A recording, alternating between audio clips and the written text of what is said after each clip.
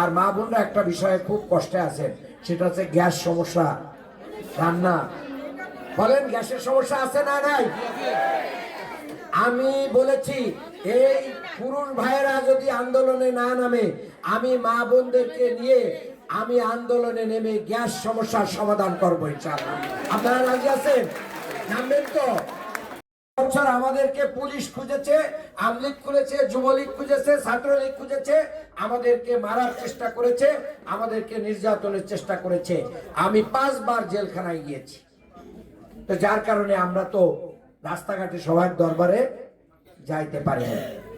আমি আপনাদেরকে বলতে চাই, এই এলাকাতে ইতিমধ্যেই আমি যতগুলো কার্যক্রম করে আপনাদের ঘরে ঘরে যাওয়ার চেষ্টা করেছি।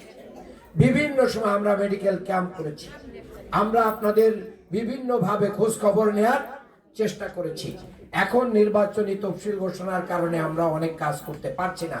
তবে আমি কথা দিতে চাই, আগামী দিনে আমরা যদি জনগণের ভোটে বিজয়ী হতে পারি, তাহলে গরিব কোনো মানুষকে তার বিধবা ভাতা, বয়স্ক ভাতা থেকে শুরু করে নিয়ে যত কার্ড আছে, কোনো কার্ডের জন্য কোনো নেতাকে ধরার প্রয়োজন হবে না।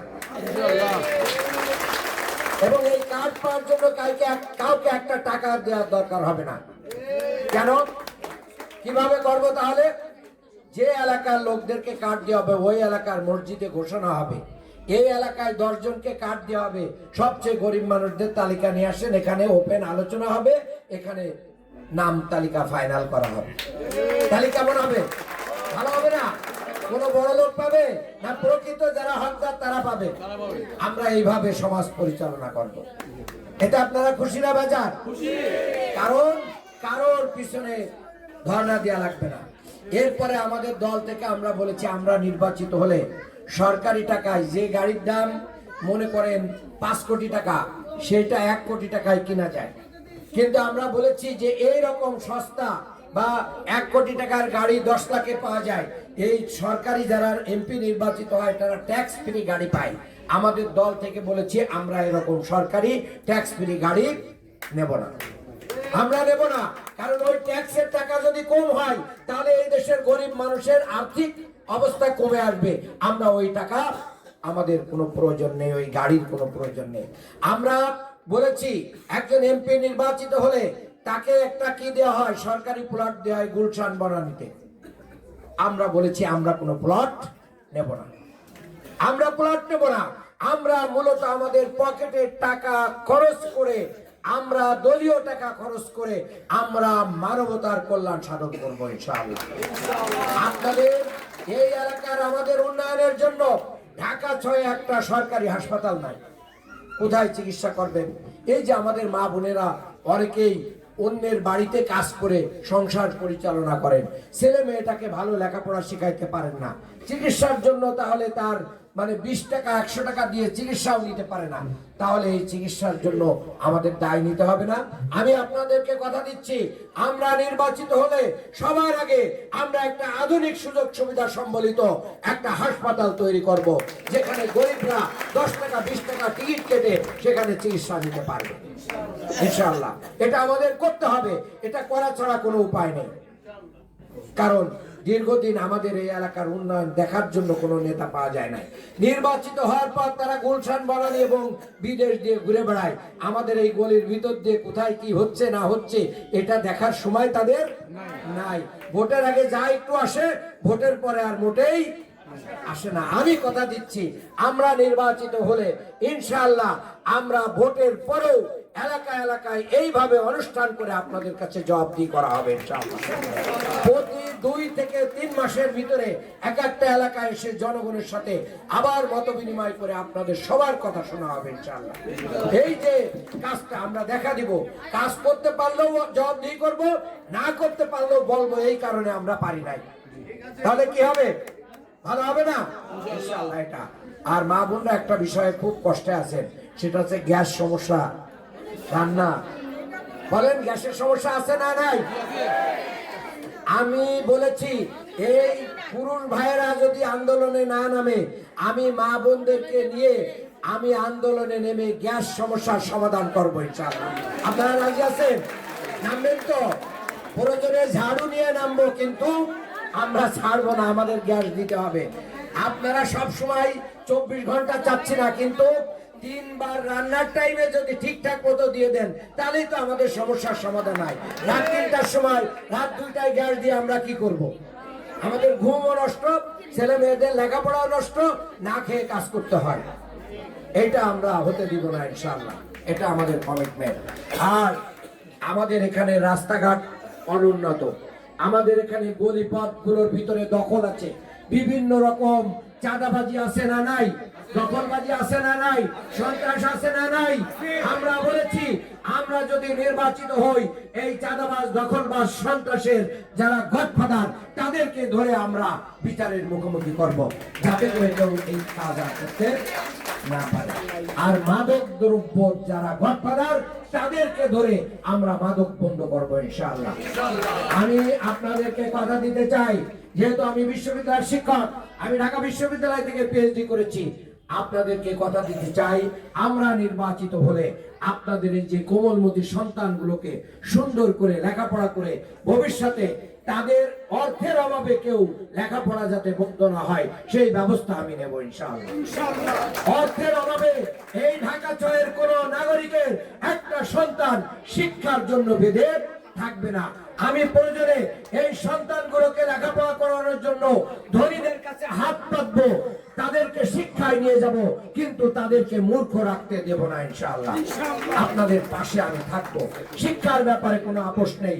প্রয়োজনে বিদেশ থেকে কোনো এনজিও, কোনো ভালো সংস্থার মাধ্যম দিয়ে টাকা পয়সা নিয়ে এসে আমাদের এই সন্তানগুলোর বিশ্ববিদ্যালয়, কলেজ, ইউনিভার্সিটি, মেডিকেলে পড়ার ব্যবস্থা করে তাদেরকে মানুষের মতন মানুষ করে তুলবো ইনশাআল্লাহ।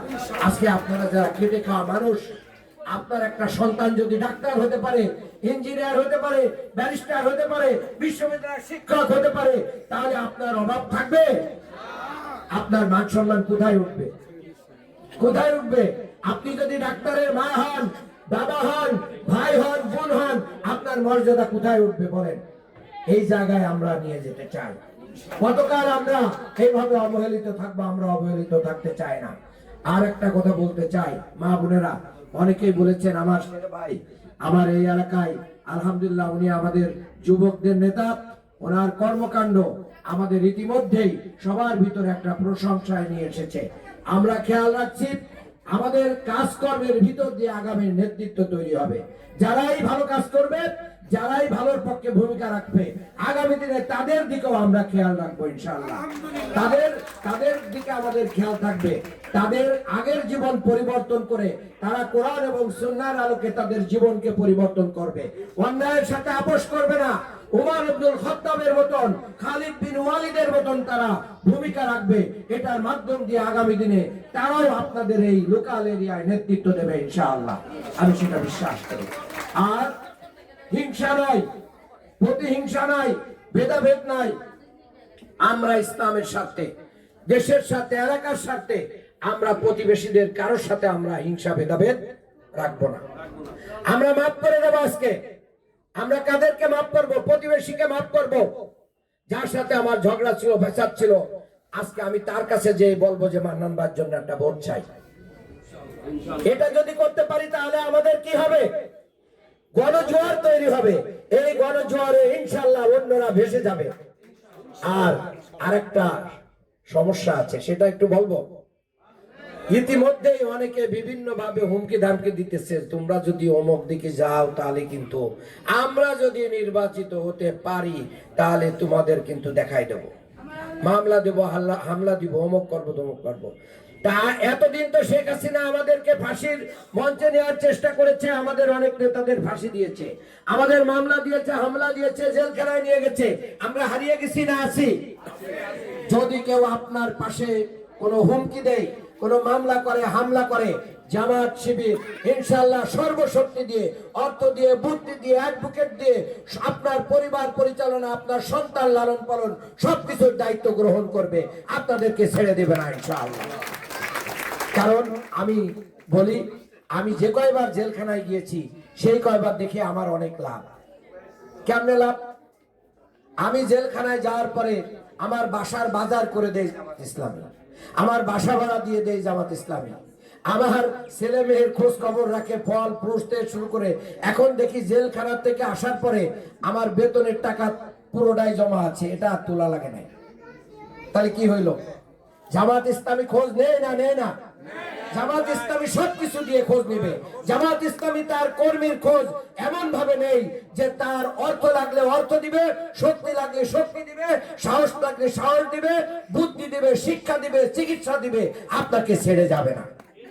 আমরা হেলথ কার্ড দিয়েছি, হেলথ কার্ড দিয়েছি, অনেকে পেয়েছেন, অনেকে পান নাই, আরো পাবেন ইনশাআল্লাহ, পাবেন। এরপরে গোলাম আজম ভাই আছে, আমাদের মুজাহিদ ভাই আছে, শেরে ভাই আছে। আপনাদের যাদের কোন ধরনের চিকিৎসা সহযোগিতা লাগবে আপনারা সেগুলো ভাইদের মাধ্যমে নেবেন। আমাদের সংগঠনে ফ্রি অ্যাম্বুলেন্স সার্ভিস আছে। অনেক সময় গরিব লোকরা মারা যায়, গ্রামে লাশ পাঠাইতে হয়, টাকা থাকে না, তাহলে একটা অ্যাম্বুলেন্স লাগে না? আমরা ফ্রি দেব ইনশাআল্লাহ। এই গান্ডারিয়ার এলাকার এরকম আপনাদের রেফারেন্সে এখানে আসলে আমরা ফ্রি অ্যাম্বুলেন্স দিয়ে সেই ডেড বডি পাঠাবো ইনশাআল্লাহ। আর জরুরি ভিত্তিতে এখানে যদি কোনো হাসপাতালে নিতে হয় এটা লাগে, আমাদের ভাইদের সাথে যোগাযোগ করবেন। এটা আগে থেকে এই কার্যক্রম ছিল, আমরা ফ্রি অ্যাম্বুলেন্স দিই। ক্ষেত্র বিশেষ টাকা আছে তারা মাত্র 500 টাকা দিয়ে অ্যাম্বুলেন্স নিতে পারে ঢাকা শহরের ভিতরে। তাহলে এই যে কাজগুলো আমরা করি এটা মানবতার কল্যাণে না অকল্যাণে? আমরা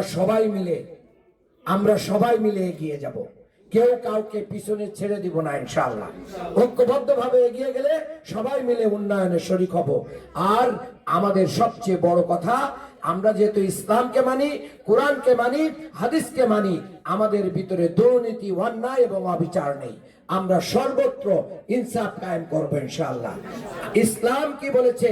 মায়ের পদতলে সন্তানের জান্নাত। তাহলে মায়ের মর্যাদা কার কাছে বেশি? ইসলামের কাছে বেশি।